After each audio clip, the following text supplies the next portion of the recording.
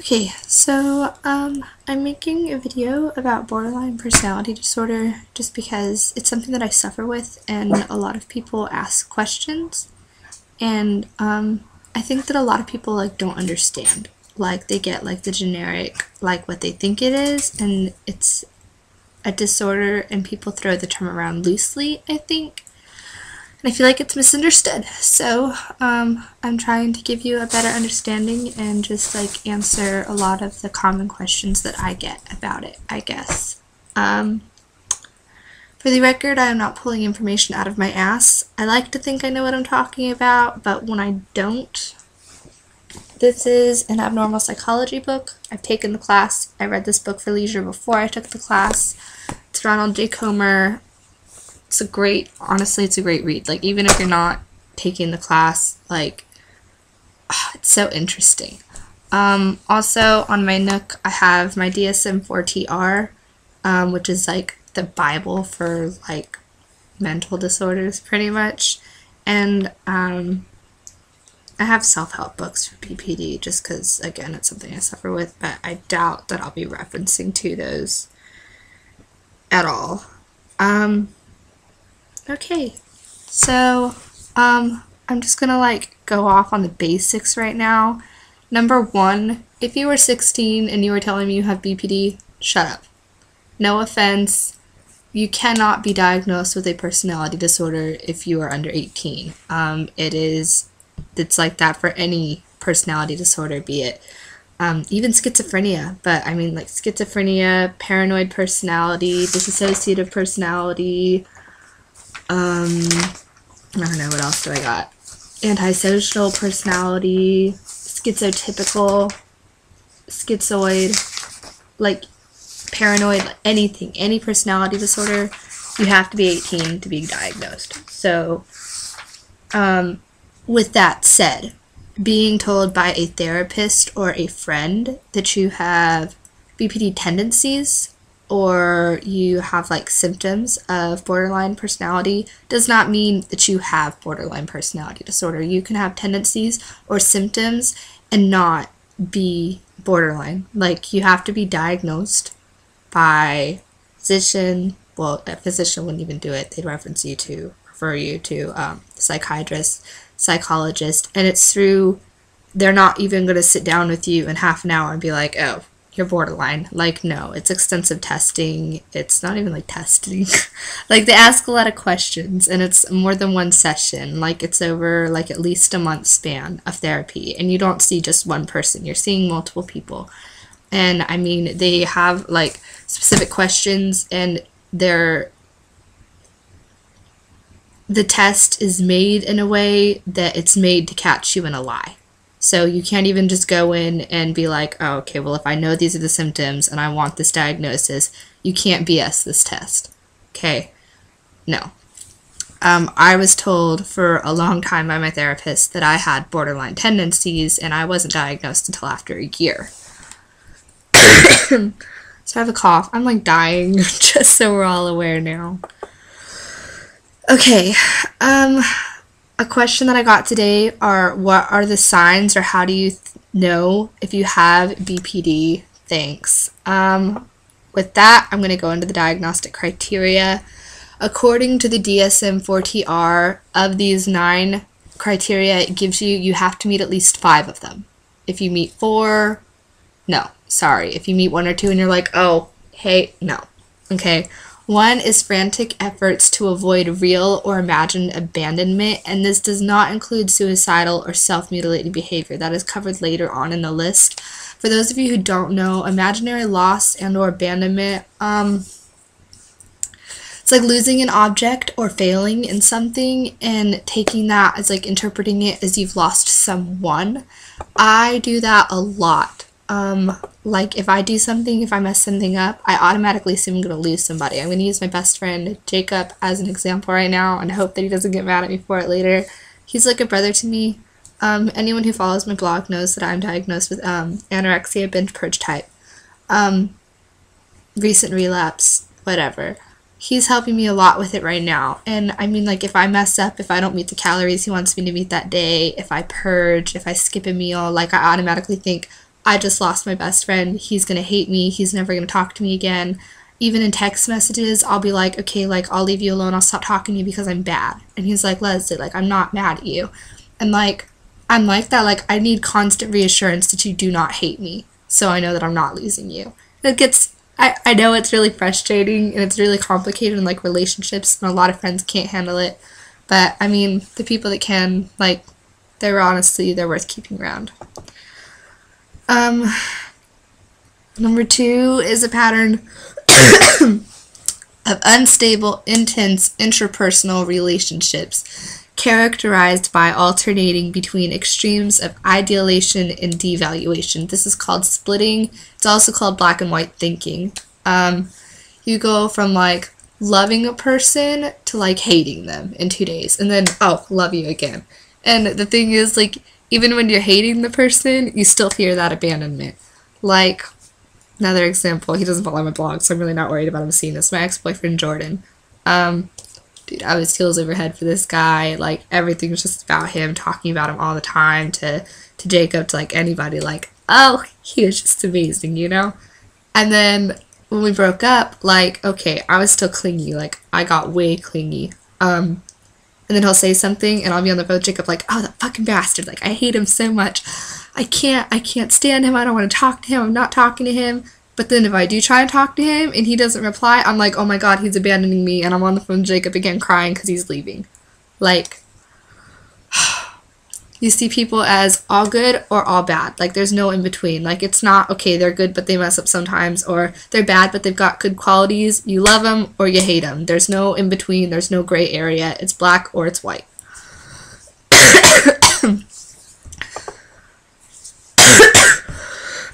I'm going to my notes. I've got to, like, typed up what I'm going to say.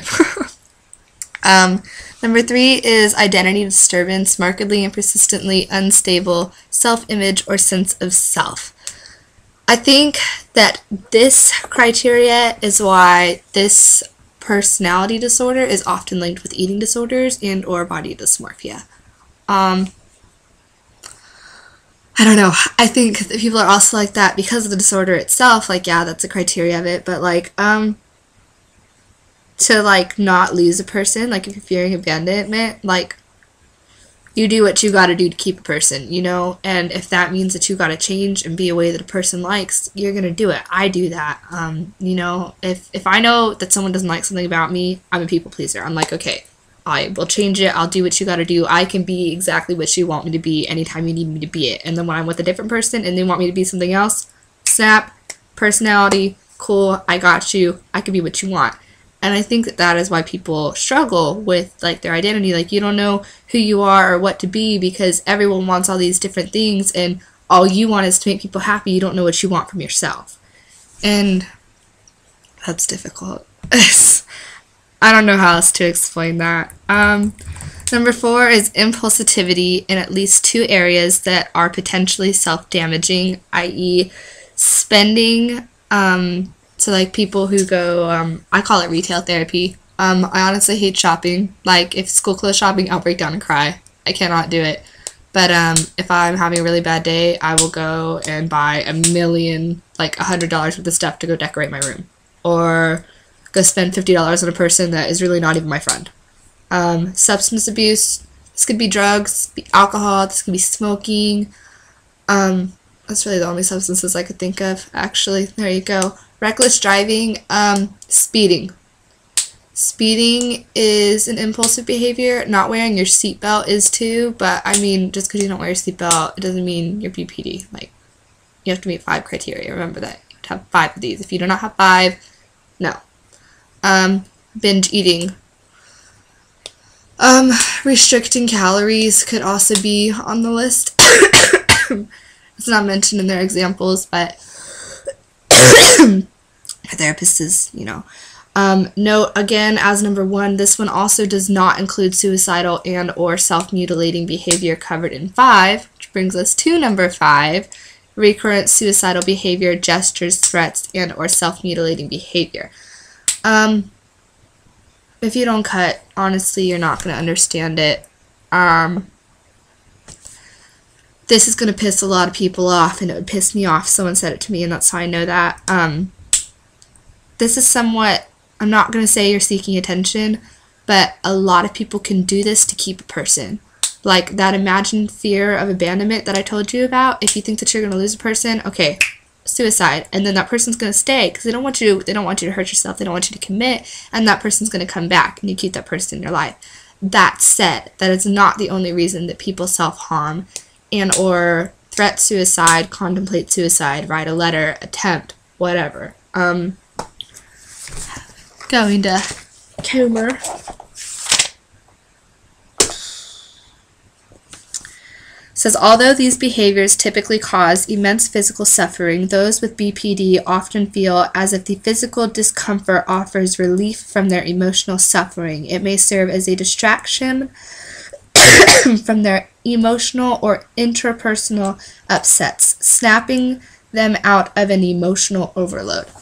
Okay, so it's not just people doing it for attention, doing it so you'll stay, doing it so you'll text him. That is like, people misinterpret it as that a lot. When I started cutting out, so my mom thought that I was doing it for attention. I was in a hospital bed after an overdose suicide attempt, and I was told I did it for attention. It's not always attention, it's a relief, it's a release. It's sometimes like our only way to cope, you know? So just keep that in mind. Number 6, there are 9 of these, by the way. Effective instability due to a marked reactivity of mood. This is, I'll tell you what the book says, and I'm going to like try and explain it and break it down in terms that maybe you'll understand. Intense episodic dysphoria, irritability, or anxiety, usually lasting a few hours and only rarely more than a few days. Usually this won't last more than a day.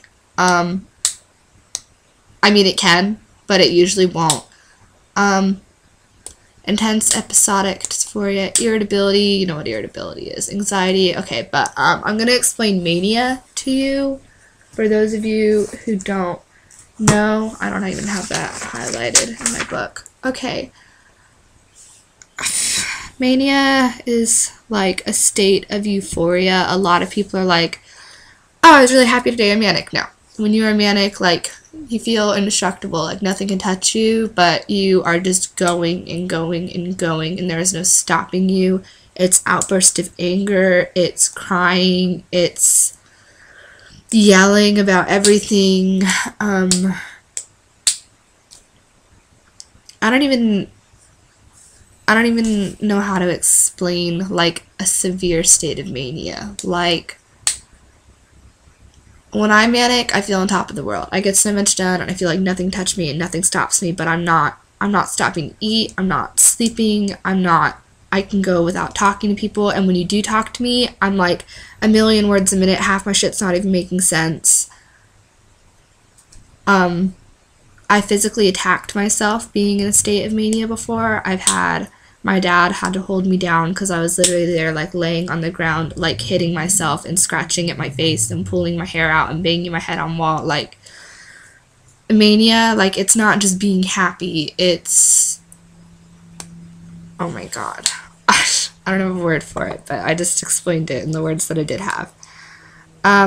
Because of this, because of the affective instability due to remarked reactivity, you will get passed around in therapy. I've had...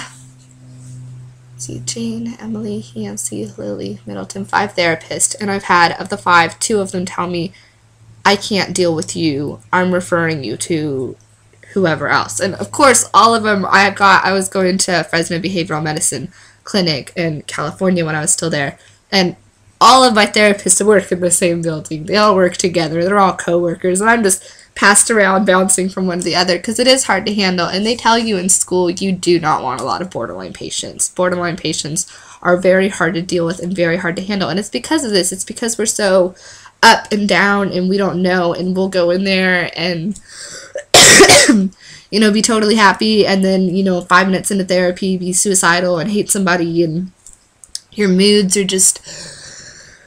People say, like, you could be a roller coaster. You are literally a roller coaster. You're up and down. You are manic to depressed to manic to further depression, and then you mellow out for a few days, go into an even further depression to a high state of mania, and it's just, you're never balanced. You're never in the middle where you need to be. It's one or the other.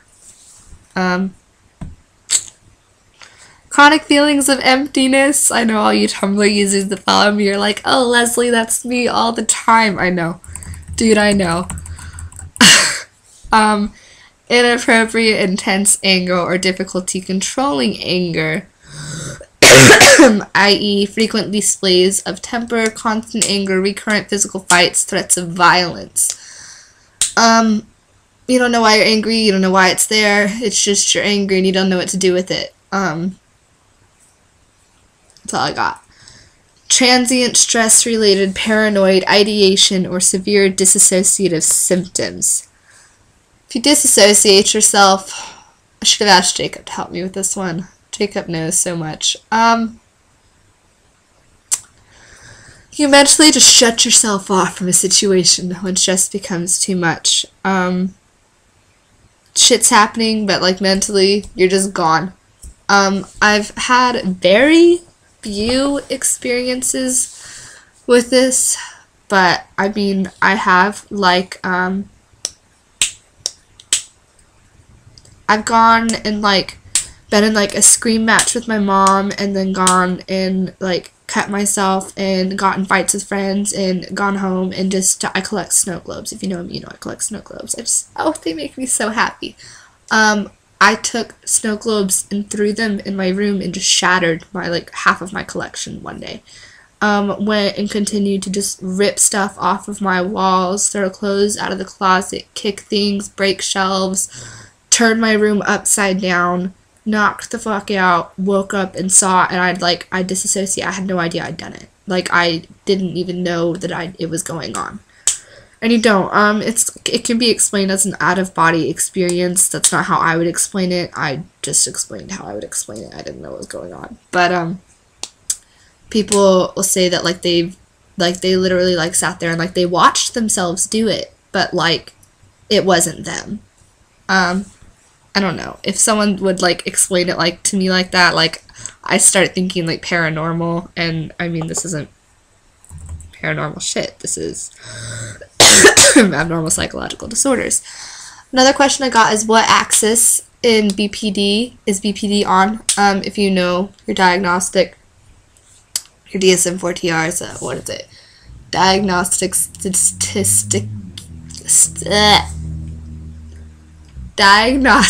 Statistical Manual, and then 4, and then TR. I don't even know what the TR stands for, but it's like your diagnosing Bible, okay?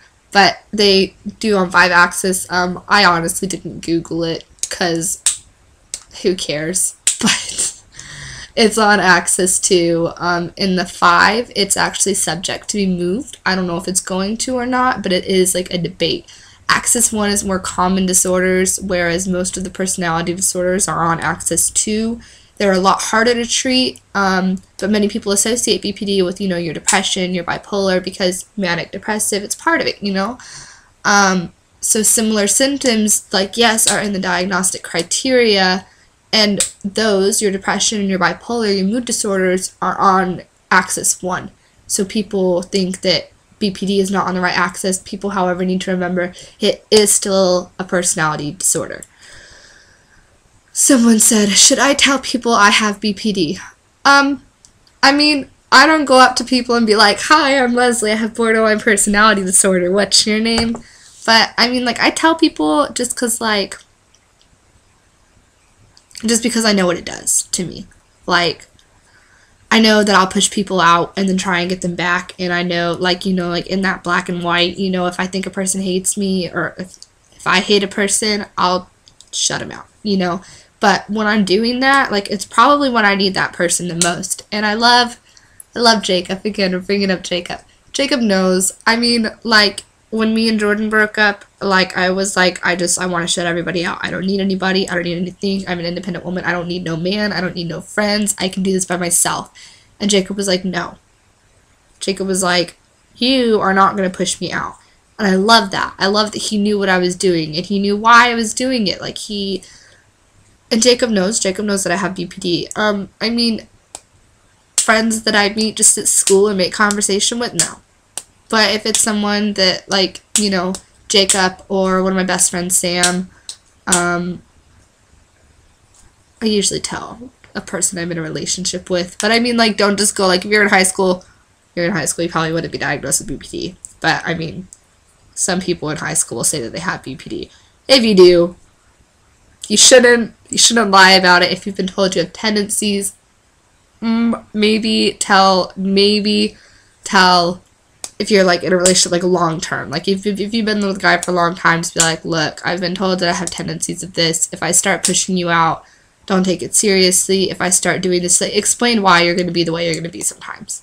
And I even have to do that with my ex-girlfriend, Danielle. We were just talking the other day, and even then, I told her, like, look, like, I'm in a state of mania right now. I don't want to say something I'm going to regret. I don't want to do something. I don't want to get angry at you.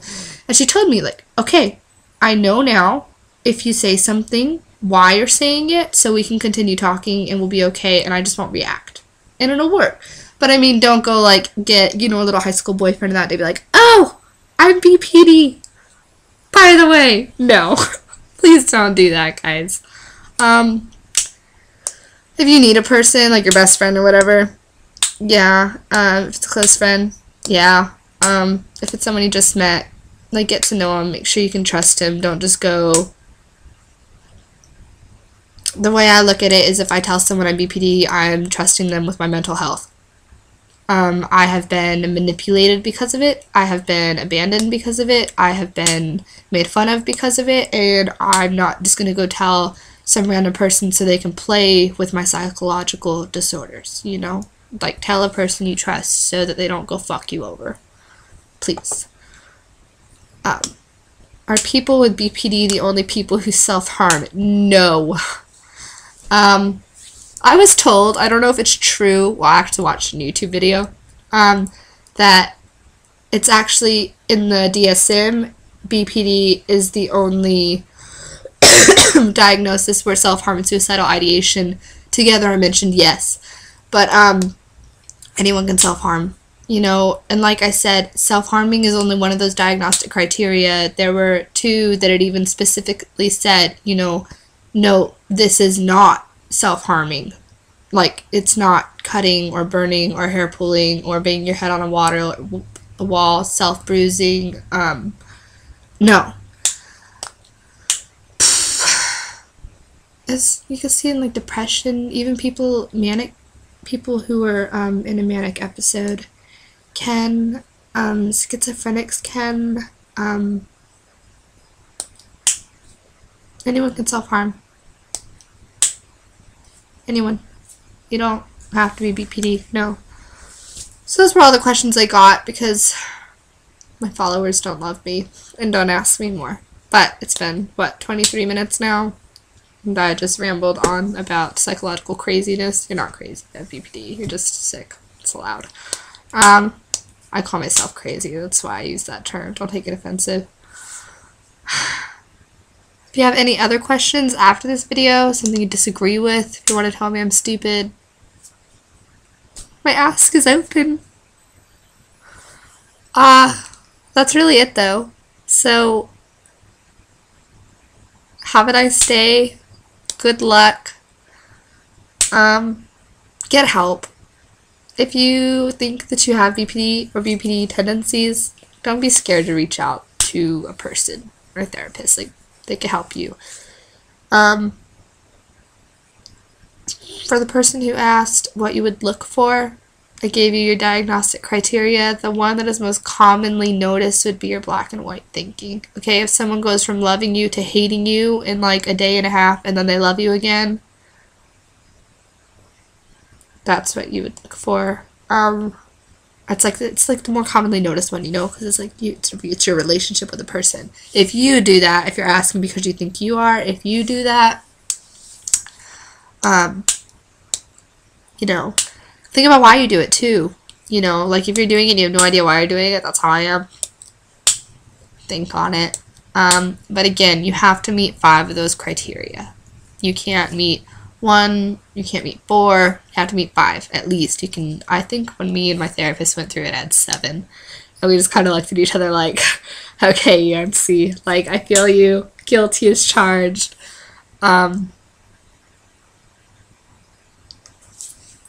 Okay, well, I'm just gonna stop talking.